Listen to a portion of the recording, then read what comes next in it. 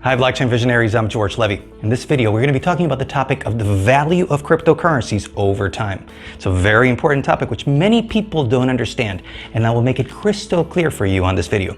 Before we go there, if you're a brand new subscriber, I encourage you to click the subscribe button and hit the bell. Every single week I bring you brand new videos with a lot of information. So let's get going to this next lesson right now.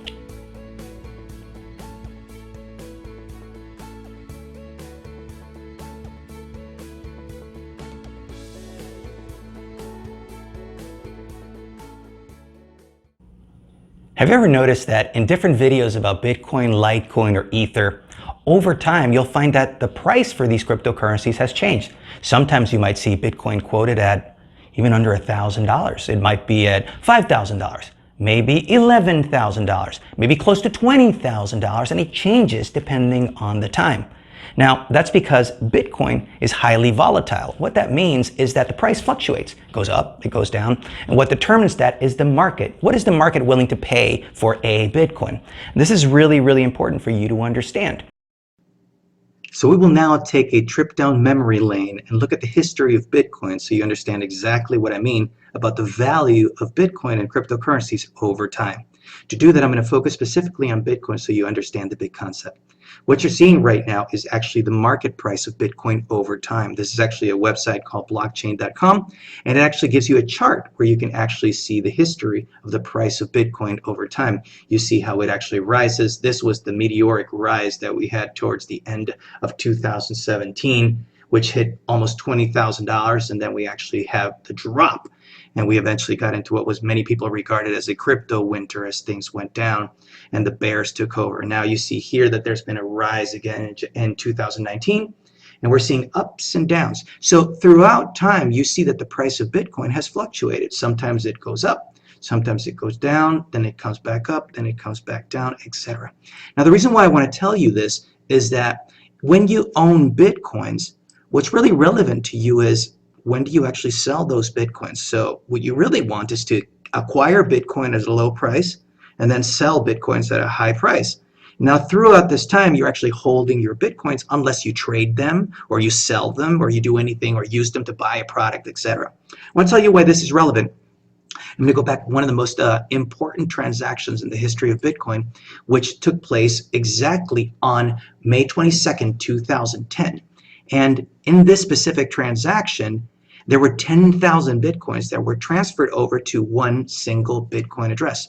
This is what's known as Pizza Day. So May 22nd, every single year in Bitcoin, people celebrate Pizza Day. And what we're celebrating is this specific moment when an engineer called Laszlo Hanyecz actually took 10,000 Bitcoins, and he was hungry, and he offered somebody Bitcoins to be able to buy pizza. Well, he received somebody that actually sold him 2 pizzas for 10,000 Bitcoins. Therefore, he paid 10,000 Bitcoins.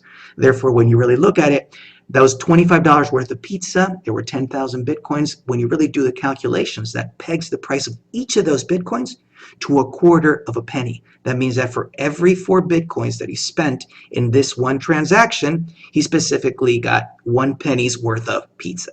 Now, this is important for you to know because Laszlo could have held on to all those Bitcoins. If that were the case today, calculating that a Bitcoin at the price of where I'm recording this specific video is at over $10,300, then you specifically see that was a lot of millions of dollars worth of Bitcoin that he gave up to be able to get those pizzas. But he didn't give them up. He was hungry. And at the time, Bitcoin really didn't have any value, so he made the sale.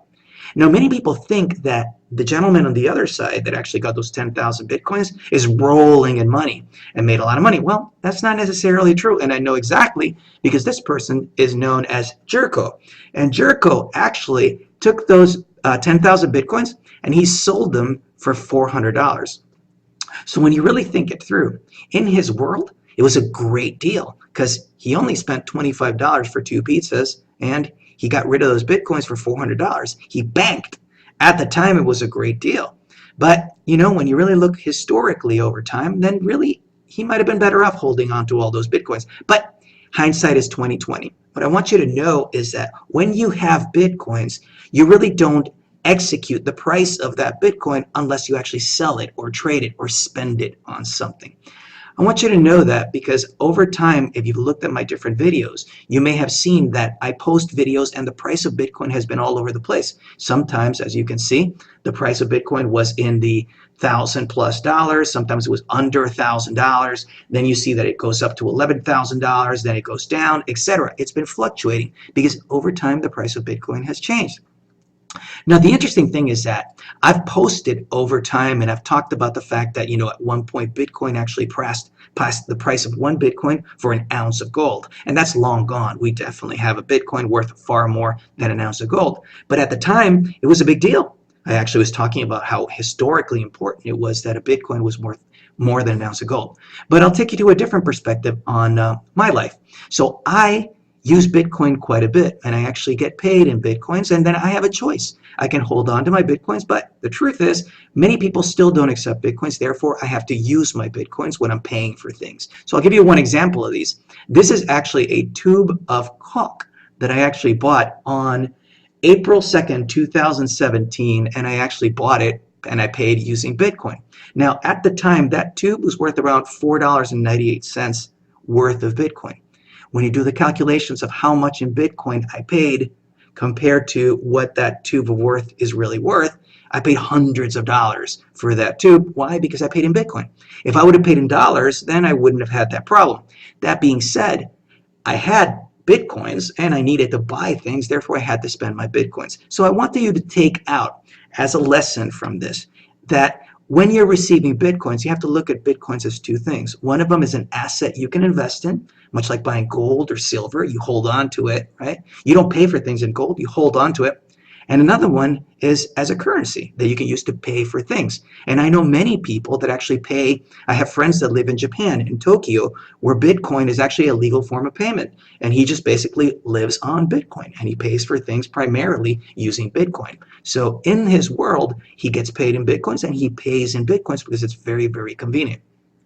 Now, one thing that I'm going to end this video with is the fact that just like there are other mechanisms that you can actually leverage the value of the Bitcoins that you have, there are ways that you can actually get a loan against your crypto. And many of the Bitcoin miners, as the price of Bitcoin plummeted, many miners were actually losing money because it's very expensive to be able to keep running all these mining machines. And if the price of Bitcoin was too low, then you really don't have enough earnings from your Bitcoins to be able to pay for the electricity, maintain all the equipment, pay for rents, etc. So what they were doing is specifically taking loans against these types of assets. And there are companies that do this. For example, Salt Lending will let you take loans that are collateral backed by your crypto assets. Specifically, they let you take loans against your Bitcoin, against your Litecoin. You can take loans against other types such as Dogecoin, Ether. So there's many different ways that you can use your crypto assets and take a loan against them so you actually have dollars.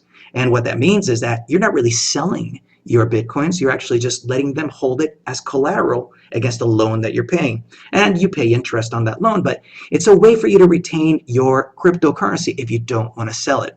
Another one of these is actually BlockFi, and there are others. But the key point I want you to understand from this is that when you are holding cryptocurrencies, when you sell your cryptocurrency is the price that you actually get for it because it's very, very volatile. So if you have Bitcoins that you bought at under $1,000 and you sell those Bitcoins at $10,000, you made 10 times your money. Now, understand also that depending on the jurisdiction of where you're living, you'll have to pay taxes on the fact that you made an earning. Just like if you buy a stock and the stock goes up dramatically and you sell it, you actually have to pay taxes on the earnings that you got from that. And that's a subject for another video. I'm not a tax specialist, but I want you to be aware that when you actually buy cryptocurrencies and you sell them at a gain, you actually have to pay taxes on that. Now, the flip side is also true. If you actually buy cryptocurrencies and you sell them at a loss, you can take a loss against your taxes. So consult with your tax professional for these.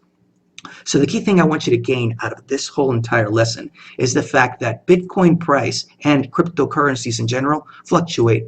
And as you buy it, when you sell it is when you actually make an earning. You may be sitting on a lot of cryptocurrency, but if you're not selling it or spending it, you really don't have money. You're just sitting on collateral. You're sitting on cryptocurrencies, and these are assets that you own.